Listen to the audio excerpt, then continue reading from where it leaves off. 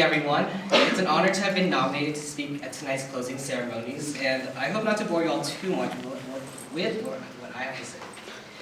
It's crazy to think how 2 years ago, as an APAHM Tri-Chair, Aaron, Mary, Julia, and Sid stood out at the same closing ceremony, giving us their words of wisdom from their UVA experience. My topic tonight is specifically about my pathway to public service and the many career changes that have led me to this point. So as Kevin said, I'd be willing to bet money that half or possibly over half of you in this room considered pre-med as a career option at some point in your life. And why not? It's a great job, great salary, you get to save lives, and most importantly, it's one of the few career choices that your parents agreed with. For me personally, that last reason was why I kept trying despite hating all of my pre-med classes. Fortunately, I did not lose my desire to help others after going through all of that.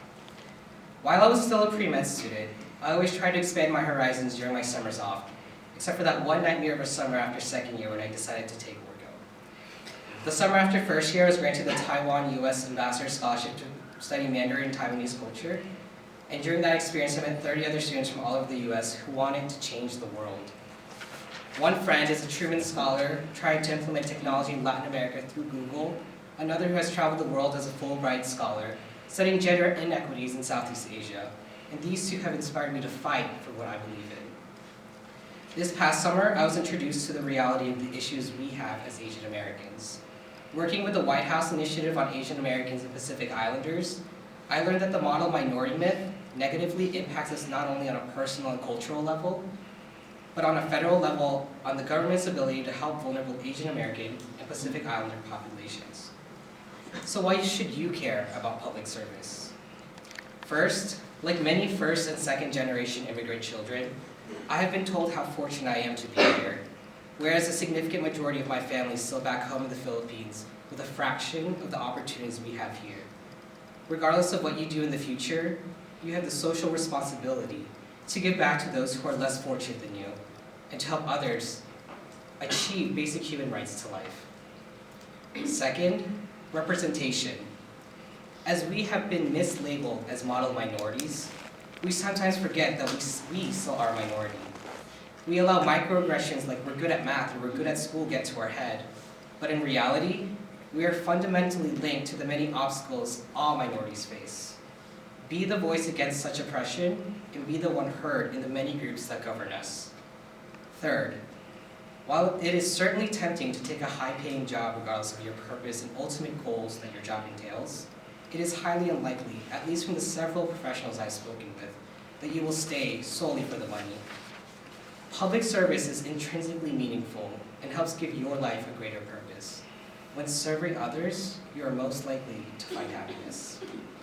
So I have some closing pieces of advice that I've gathered in my short time here. Be proactive about looking for the opportunities around you.